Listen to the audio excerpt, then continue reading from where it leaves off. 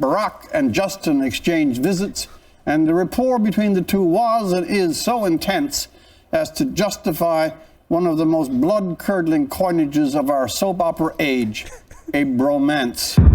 Welcome back to Moose on the Loose. My name's David. Today, we're doing another video here with Rex Murphy ripping Justin Trudeau. I found two more clips here. These are different clips than the ones I showed on my main channel. These are newer clips. One of them is from 10 years ago, before Justin Trudeau got into power. One is from 7 years ago, just after Trudeau got into power. Rex had a lot to say. Let's jump into this. First up, this clip here is from 10 years ago, as you guys can see there, on the CBC.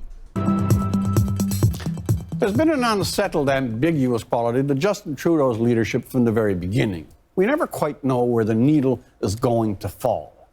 Does he earn all the attention getting because he radiates inspired, mature leadership? Or because he's one of those famous for being famous types? Is the Trudeau phenomenon fandom, or is it a wild response to genuine leadership? Is it a Johnny Depp flair or sparks of Churchilliana? Is he a magnet for every TV camera and headline simply because he's attractive, given to party stunts, photogenic beyond the dreams of most MPs? Do people mob him, swoon, and take iPhone pictures mainly because he's Canadian royalty, by far the most famous 40-something in Canada? Or is it something else altogether? Are people looking at Trudeau and seeing signs of the qualities that go deeper than name or fame? It's amazing he went from Canadian royalty to Canadian dictator, the most hated Canadian, in just a span of 8 years. Deeper than looks or locks, qualities that emerge from character, from a trained and educated mind, intellectually strong and curious. Well, the selling of Justin Trudeau to a ladies' evening last week, $250 a pop, to see the real Justin and quiz him, just for ladies, mind you, tends very strongly to the Johnny Depp, not Churchill side of the equation. The ladies had questions.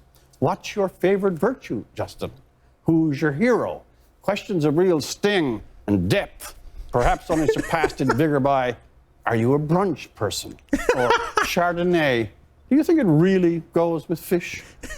Now, being liked is one thing, but when a future prime minister is asked the government he now most admires, and answered that of communist China, because it could turn things around on a dime and order up green policies with a snap of their dictatorial fingers, we're staggered.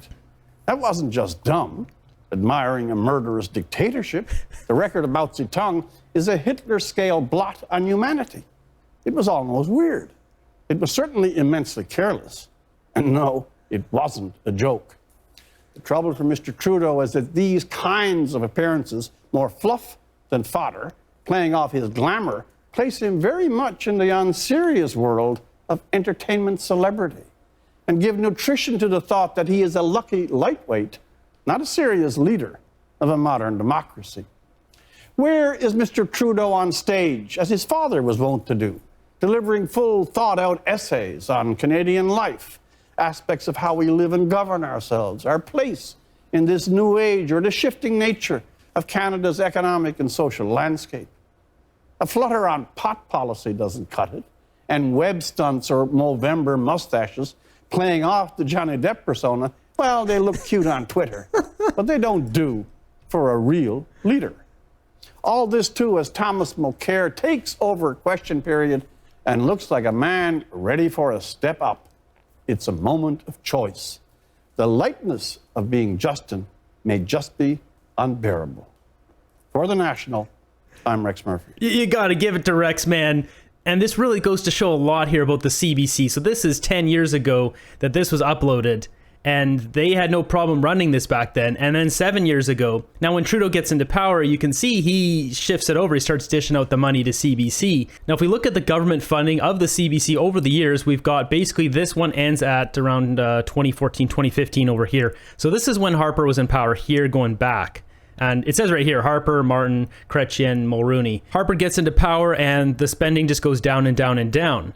Now, if we look at Trudeau, I found this graph here, which shows Trudeau basically gets into power right over here. It's in the very end. And this only goes to 2019. So this goes up and up and up over here. But Harper ended there, and then Trudeau started jacking up the spending, and if we look, the most recent years would be up and up and up. So at some point, Trudeau figured out if he just keeps paying the CBC and tell them, hey, you want more money, you're going to keep saying nice things about me, and that's what we got here today. So here we have the final segment, at least that I could find, of Rex Murphy ripping Trudeau before he was done his career with CBC. Trudeau ended Mr. Harper's turn at the wheel, which for some ranked as an exorcism, and snookered Tom Mulcair so thoroughly that the NDP are now back into political cement as Canada's permanent third party. Trudeau's popularity remained strong through most of 2016. Most. The Conservatives helped him a lot with their leadership race, which has a lot of racing but little leadership. Their strongest performer is definitely Rona Ambrose, and she isn't the candidate. The rest, save for the mini-me imitation Trump Kevin O'Leary, are charisma allergic, or in the case of Kelly Leitch, who does generate attention, effectively polarizing. Trudeau had other helps. Barack and Justin exchanged visits, and the rapport between the two was and is so intense as to justify one of the most blood-curdling coinages of our soap opera age, a bromance. The press of the West gave him Prince Harry-level coverage, from Vogue to the Daily Mail to New York Times to TMZ. Even at home, the Trudeaus were as much the glass of fashion as any Hollywood celebrity duo. Sophie Trudeau earning homage from fans and photo shoots nearly equivalent to that of Justin himself. Most touchingly exhibited by a BC artist who worked all through the night to capture on canvas the First Lady in full extension on Tofina Beach as the yoga warrior. And so it went for most of 2016, till its latter months when things got down to business.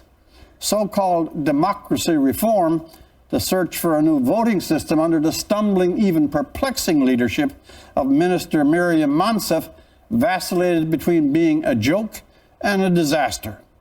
There was no vacillation on Mr. Trudeau's lamentations for the death of the dictator Fidel Castro.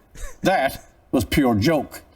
Under the Twitter banner Trudeau eulogies, it was mocked by the wits and demi-wits of half the world.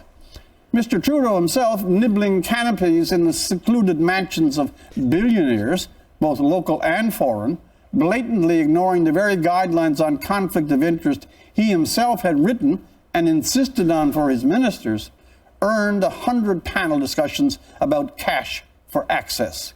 And then there was his decision on pipelines, the harvest of which, for good or bad, will make itself clear in the year or years ahead. In sum, Trudeau still is the most attractive and dominant party leader, but the last 2 months have blurred his sheen and exposed vulnerabilities that will make next year far less of an easy ride than the one now passing.